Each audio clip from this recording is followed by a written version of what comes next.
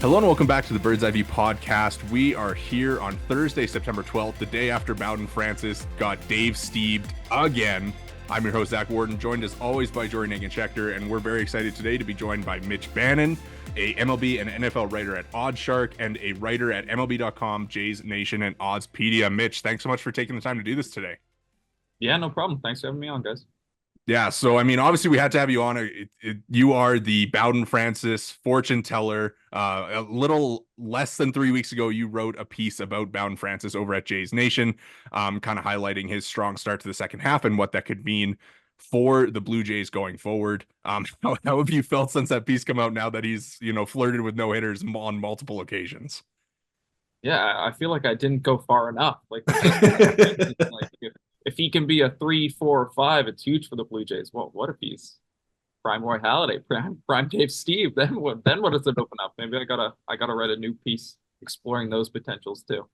Yeah, it's been incredible to see kind of the transition. I think one of the best stories from the Blue Jays season so far in a season obviously lacking good stories. What have you kind of seen from him? Obviously, like you were kind of ahead of the curve with him turning into this guy, and I don't know if he's going to be a sub-2 ERA guy the rest of his career, but what have you kind of seen from him as far as this transition into being one of the best pitchers in baseball over the past couple months?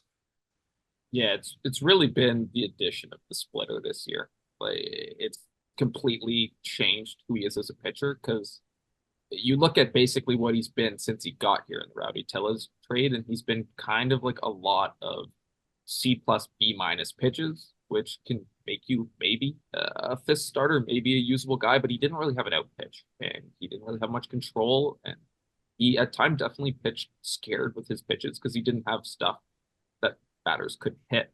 He adds the splitter. It's one of the best pitches in the league this year. It's far and away his best pitcher. In turn, it makes his fastball play better because it comes out of the same tunnel, looks very similar. And so it's really enhanced those two pitches for him, which he's throwing like 70% of the time now, and turned himself into a bit of a Kevin Gausman with a couple other pitches. He can flip the curveball over in there. And obviously, Splitter's not as good as Gausman's, but you look at the success that guy has with those two pitches when they're dealing, and maybe it isn't that surprising that Bowden Francis is pitching to a 2 ERA, at least for a stretch like this. I think that's definitely what's working for him is the addition of the splitter and how it's enhancing his fastball as well. So, Mitch, the obvious question then is how does this change the trajectory of not only the Blue Jays, but also Bowden Francis kind of going forward? Yeah, I think this is where I differ from most people. At least I didn't necessarily expect to be kind of the hot take machine on this. After he got started on this run, I wrote the story that you referenced earlier saying this unlocks the Blue Jays offseason. Like, I don't think it's a hot take to say this team kind of sucks right now. Like they're not a playoff team as currently built. Like they need a lot of help across a lot of different facets of the team. And if Bowden Francis didn't do that, one of those facets certainly would have been the rotation. We know they need help in the bullpen. The offense, I still think, isn't good enough. So it's hard to go into an offseason expecting to address literally every single aspect of your team with relatively limited funds. Francis stepping up in the rotation, I'd argue, allows them to put the rotation on the back burner. Focus on the bullpen, focus on the bats.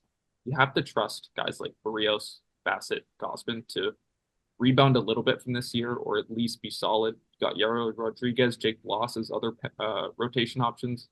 Bowden being a 3 or even a 4 would be huge for this team because it kind of makes the rotation complete in my mind. Quietly, they've gone from this team where a year ago, I remember there was all the conversation about them lacking organizational pitching depth, at least in the upper minors. And I mean, it's kind of been the same case this year, but at least next year you can kind of paint the picture of them having probably 7 or 8 guys over the course of a full calendar year that do contribute to that rotation. And a big part of that obviously is Bowden Francis, but another part of that is Yariel Rodriguez. How have you felt about his development over the course of the year? Obviously, where he's kind of in uncharted territories as far as workload. But what do you think that we can kind of expect from him if it's going to be him and Bowden at the back of the bullpen, back of the rotation next season? Yeah, his starts have been really interesting because I feel like the first inning of his starts tells you what like Yariel Rodriguez is gonna be. Like he either can't find the strike zone and it's a disaster. There's a couple starts this year where he just hasn't made it out of the first inning, or he's putting up like 5 really good innings, 6, sometimes 6 really good innings. So I think he's kind of performed to exactly what the Jays probably hoped he would be this year. And you have to expect he takes a step next year. Like if he comes out, what is his ERA this year? Probably in the fours. Yeah, 4.42. Not great, but you'll take that at the bottom of your rotation. The big question is the innings next year. And he's certainly got more innings this year than I think a lot of people thought he would. A longer run in the rotation for sure. And so maybe that gives him a better base to step off of next year. And I kind of view him as the five, the guy that you're swinging back and forth between the rotation and pen. If Jake Bloss really grabs a role and nobody is hurt, I think Yariel is great in the pen because then you can continue to work it or manage his workload. I see him as kind of less of a lock than Bowden at this point, but I still think he could play a big role. So if you could kind of pull out your crystal ball here, because I mean, clearly you've got something going there. What does that back of the rotation look like in terms of, because as Zach kind of mentioned, there's about half a dozen names that are really kind of in the mix there. If you were John Schneider in, February or April, whatever of next year, who are you kind of penciling in right now? And who are you maybe a little bit more kind of skittish on?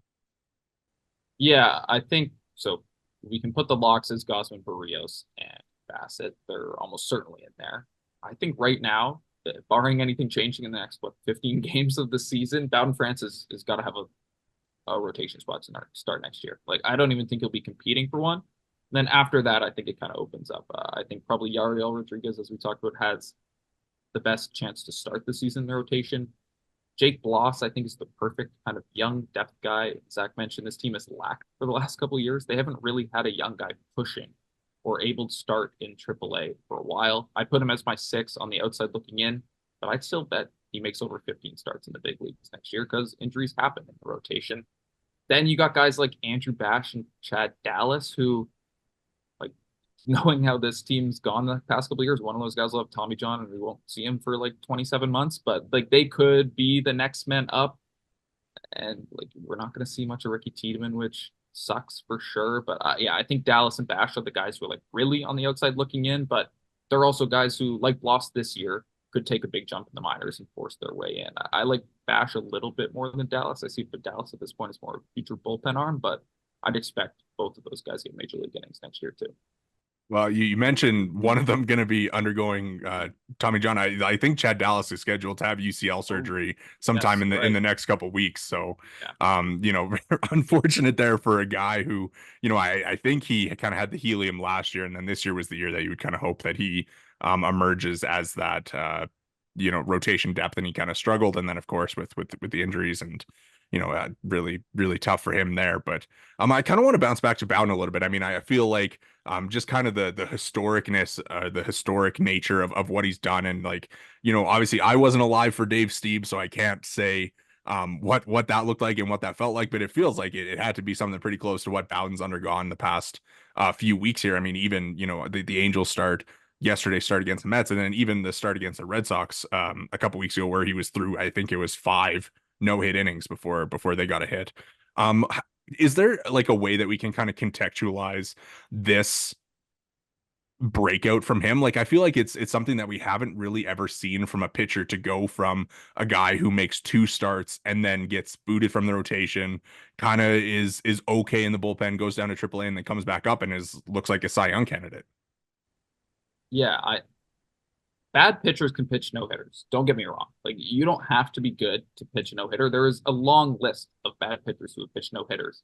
But to almost do it twice, flirt with it a third time, as you mentioned, like, we're reaching no longer coincidence status, which I think is really good for Bowden Francis and for his future. Like, it's no longer a fluke at this point.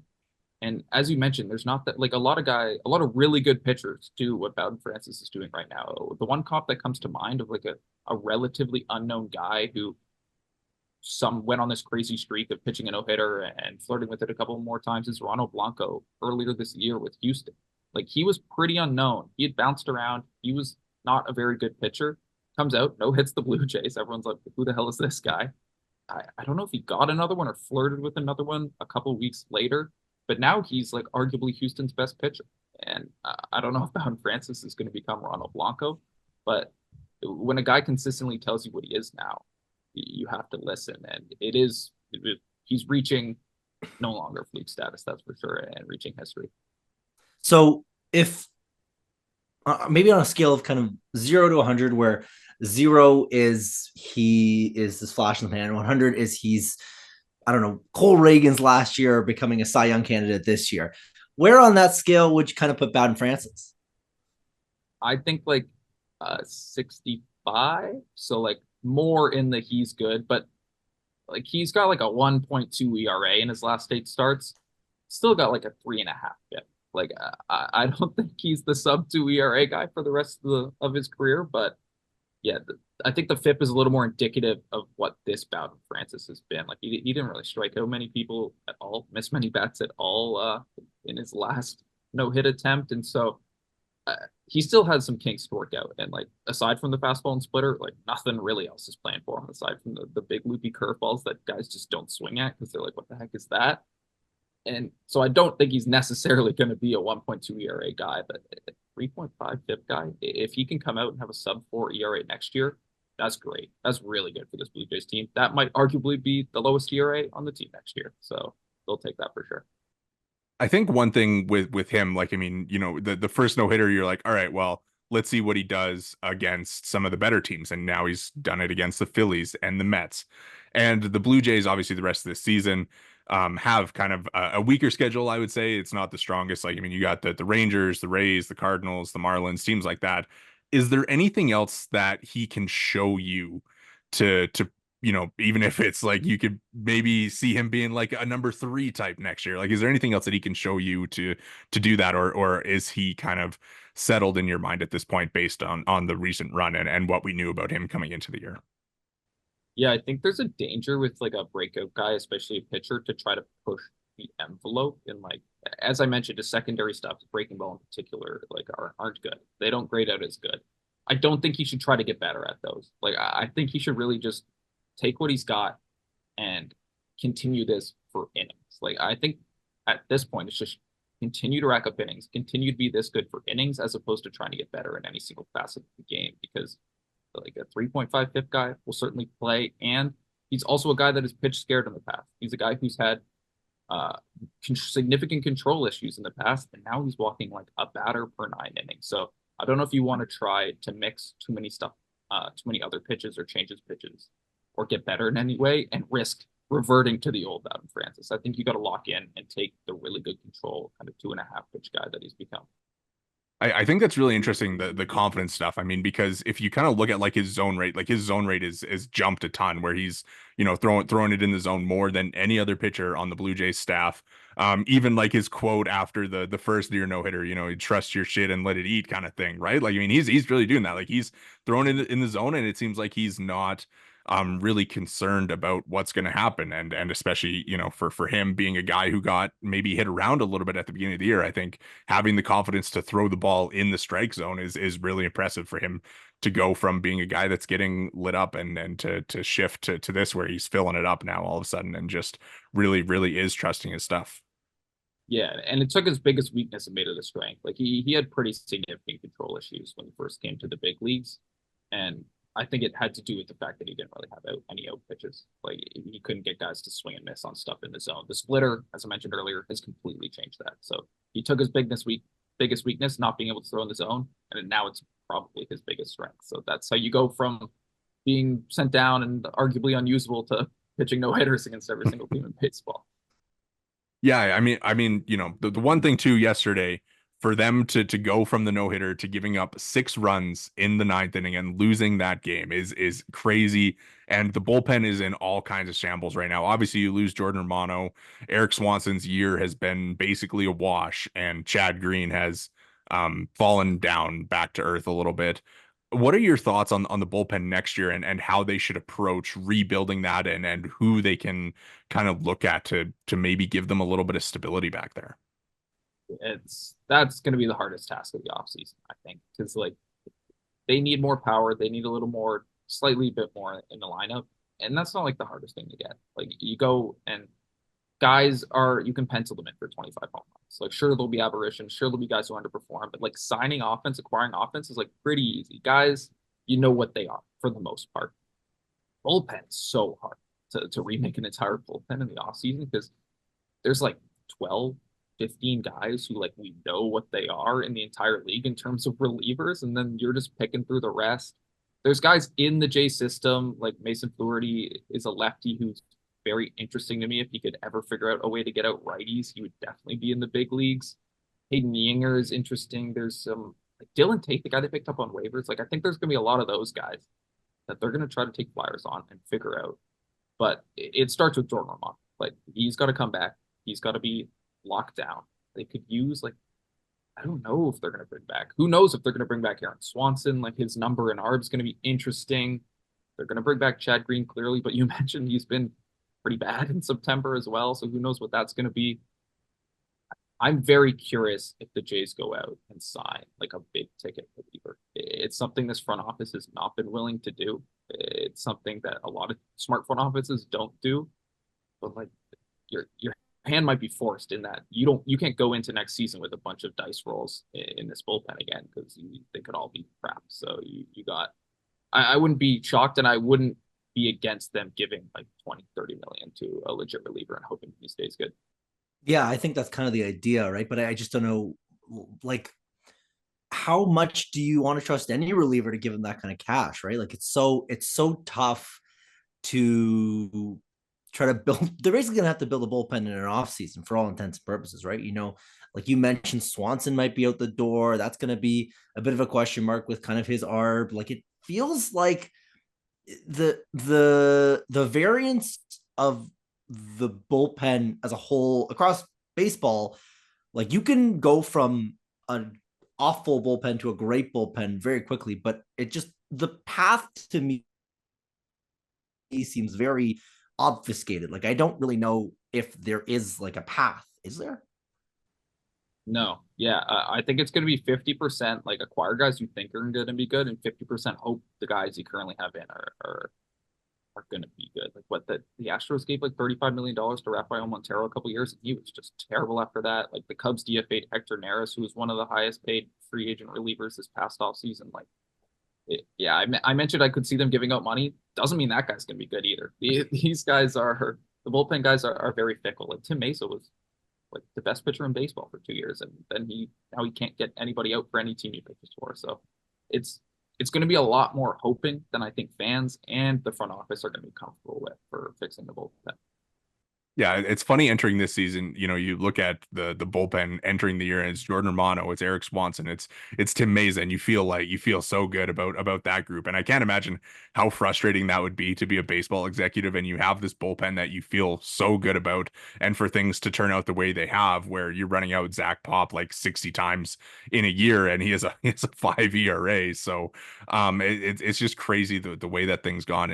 Is there anybody like on the current roster outside of like kind of the core guys that you have been encouraged by in the big leagues over the past few months? I think Brandon Little's going to have a job next year. Like he's kind of the one guy.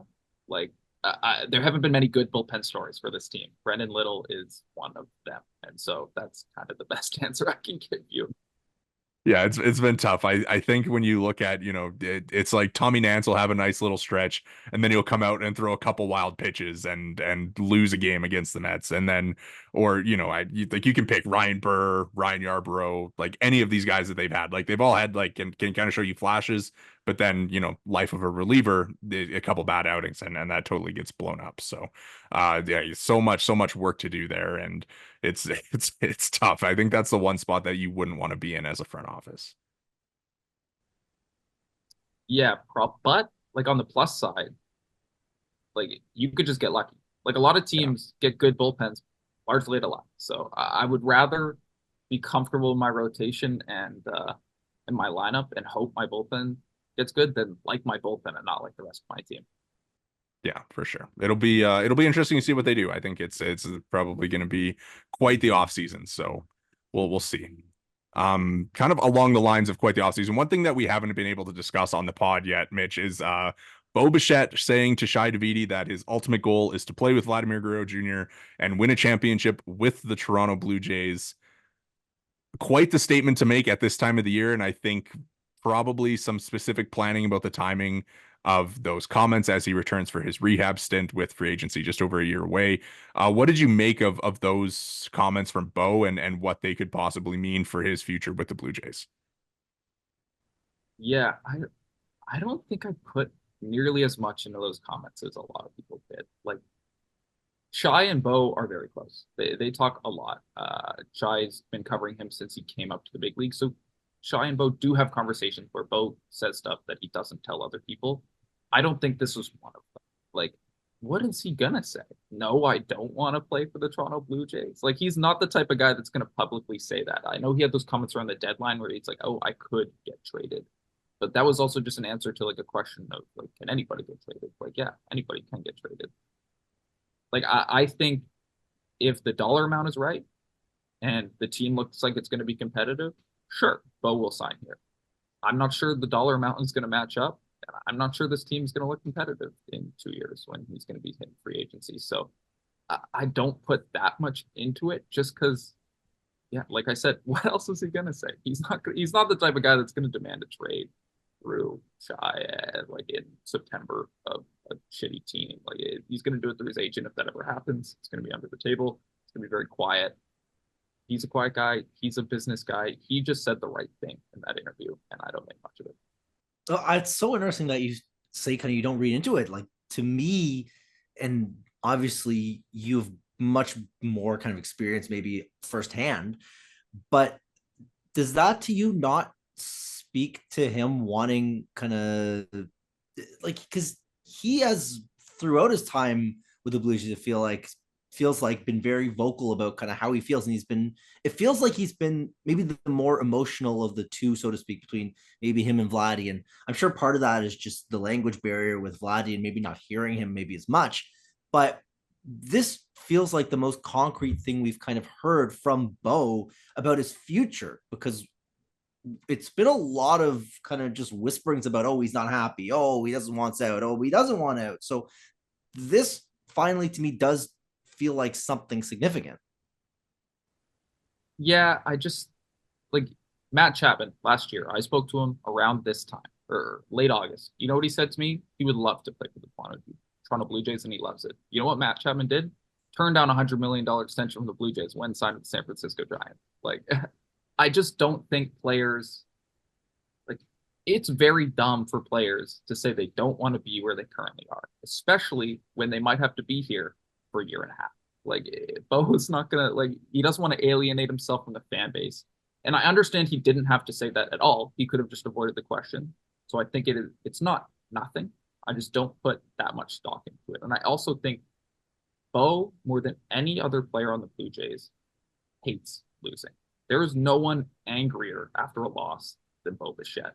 And so if this team goes out and wins 72 wins next year, and their starting rotation is full of a bunch of guys who are 35, and Vlad is also about to hit free agency, I don't see Bo Bichette signing up for that, because I don't see any player who wants to win signing up for that. So do I think he likes Toronto? Do I think he would stay here if everything worked money and competitive wise? Yes. I'm just skeptical if that's going to work out. If the timing and the situation and the money are going to work out for when Bo hits free agent. Like if he was a free agent 3 years ago, when they were in their prime window and they were going for it, I bet he would have signed an extension. Now the future of the Blue Jays is very unclear. I'm curious what your thoughts are on him and his rehab here. Obviously, like it seems like he doesn't need to come back for whatever it'll end up being. Like he'll probably play 10 or so games with the Blue Jays to end the year. And I mean, I know John Schneider the other day said that they kind of wanted to avoid it being the longest offseason ever for Bo. Do you think that him coming back is anything other than him looking to get back on the field and probably feel a little bit better about his game going into the offseason after the worst season of his career? I do think it's just that, but I think it's important. We can read into it in a different way. I think if there's been a lot of Bo Bichette trade rumors in the last couple months, and a lot of people think he's going to be shot this offseason. I don't think the Blue Jays would bring him back this season if they were really wanting to trade him. There's so much downside from him coming back from this injury and still playing bad for even if it's just 10 days to being like everyone will start to think, oh my God, is Bo Bichette just washed? You can blame all of his poor performance at the beginning of the season on injury. and you could keep him out for the rest of the season and just say he was injured. He's going to be back to Bo Bichette if they want him to trade him. So if he does play again this year, maybe this is just a conspiracy theory brain of mine, but I think it means he's less likely to be traded just because they want him to play because they want him to play for the Blue Jays. Yeah, that feels almost like the opposite. I feel like a lot of people have kind of said that if he comes back and he's good, it's kind of a showcase thing. So that's really interesting that to you, it's the exact opposite. But then he has to be good to be showcased. I think is the problem. I think that this is a team that weighs risk and positive. So I guess if they think he's going to be back, then maybe they could trade him. I just think there's so much more downside in him continuing to be bad for the next 10 games. And like, he's not really going to probably get much AAA time. He hasn't played in months. Like, I think there's a very good chance that he looks rusty for 10 games. Do you how much do you think that would realistically kind of impact? Like if he comes back and, hits 400 and hits, 5 home runs more than he hit all year in 10 games, do you think that that's something that, this front office or another front office would realistically read into, or are teams around baseball like too smart to kind of look at that and make any drastic takeaways from what would be like the smallest sample of small samples? Like, I don't know if they would care if he hit 400 and hit 500 home runs, but they'll be looking at his swing speed. They'll be looking at like his exit velocities. Like, I still think they will care about how he looks, just maybe not in kind of the production numbers. I think because everyone's curious. Blue Jays fans, Blue Jays front office, maybe Bo Bichette himself, how much earlier this year was his injury and how much is just like a really weird bad season that like could linger to next year and could have like irreparable problems for him. So he could have a 5 to 10 game showcase to show us if that's true. And I think opposing front offices will certainly plug into that. You're right, though. It's like nobody is making massive business decisions off 5 games, so it's not going to change anything, but it is like a data point that teams will use on how much they project kind of improvement from Bo next year.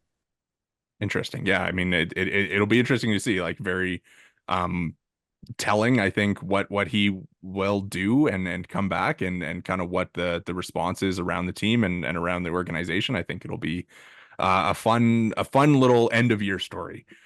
Before we let you go, I mean, I'm going to put you on the spot here with the Bo thing.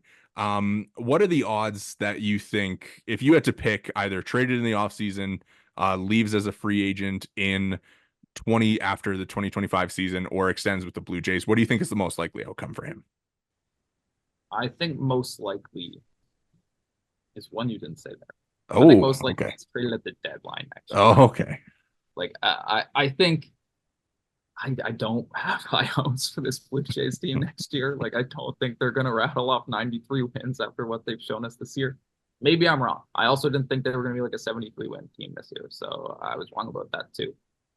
But if they're where they were at the deadline next year, where they were this year, they'll trade Bo. This front office is too analytical, too methodical to not like quote unquote do the right thing there and try to recoup the value. So me thinking this team's not going to be good, me thinking Bo will not get traded in the offseason, both combined to me thinking he will get traded at the deadline. Awesome. Well, Mitch, we took up a little bit more of your time than we said we were going to, so we really appreciate you doing this today and joining us, and for all your insight. We will keep following your work, keep following what you're doing, and appreciate all the time today. Yeah, thanks for having me on. This has been fun.